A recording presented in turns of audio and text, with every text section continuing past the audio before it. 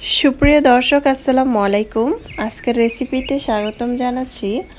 আজকে ঝটপট ভীষণ মজার একটি রেসিপি নিয়ে চলে আসলাম, সেটা হচ্ছে শীতকালীন সবজি দিয়ে আমি আজকে ইলিশ মাছ দিয়ে রান্না করে দেখাবো। যারা নতুন রাঁধুনি তারা অবশ্যই প্রথম থেকে শেষ পর্যন্ত ভিডিওটা দেখে তারপরে রেসিপিটি শুরু করবেন। আর প্রথম থেকে শেষ পর্যন্ত ভিডিওটি দেখার পরে যদি ভিডিওটি ভালো লাগে অবশ্যই চ্যানেলটা সাবস্ক্রাইব করে লাইক দিয়ে পাশে থাকবেন। তো আর কথা নয়, এই তো প্রথমে দেখতে পাচ্ছেন ইলিশ মাছটাকে ধুয়ে পরিষ্কার করে আমি হলুদ লবণ মরিচ মেখে নিয়েছি। আর এখন আমি মাছটাকে ভেজে নিচ্ছি। আগে থেকে চুলায় প্যান বসিয়ে তেল দিয়েছি প্রায় 4 টেবিল চামচ। তেলটা হালকা গরম হয়ে আসার পরেই আমি কিন্তু মাছগুলো দিয়ে দিয়েছি। মাছগুলো এখন আমি খুব সুন্দর করে ভেজে নেব, কারণ অনেক সময় চুলার আঁচটা বাড়িয়ে দিলে কিন্তু মাছটা ছিটে তেল চলে আসবে, মাছটা আবার পুড়েও যাবে। তাই চুলার আঁচটা কমিয়ে দিয়ে কিন্তু মাছটাকে ভেজে নিতে হবে।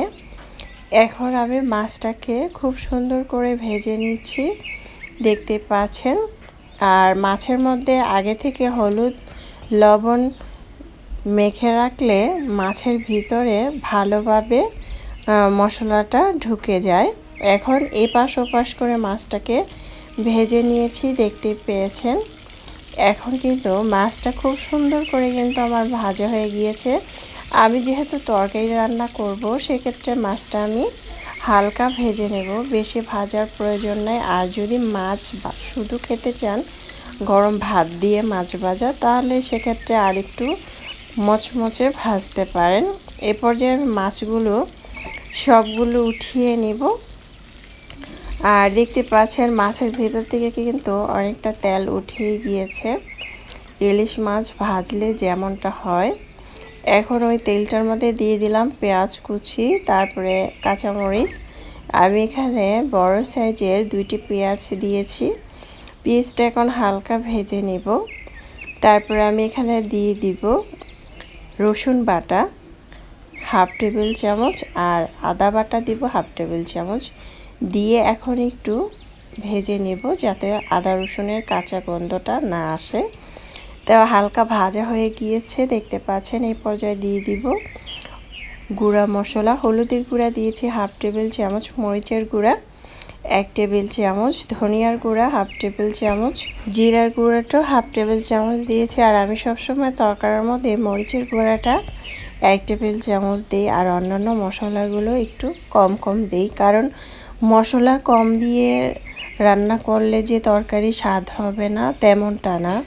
মশলা কম দিয়েও কিন্তু পারফেক্টভাবে তরকারিটা রান্না হবে, যদি এই স্টেপটা ভালোভাবে প্রথম থেকে শেষ পর্যন্ত দেখে তারপরে রান্না করেন। এখন আমি একটু কষিয়ে নিয়েছি পরিমাণ মতো লবণ দিয়ে।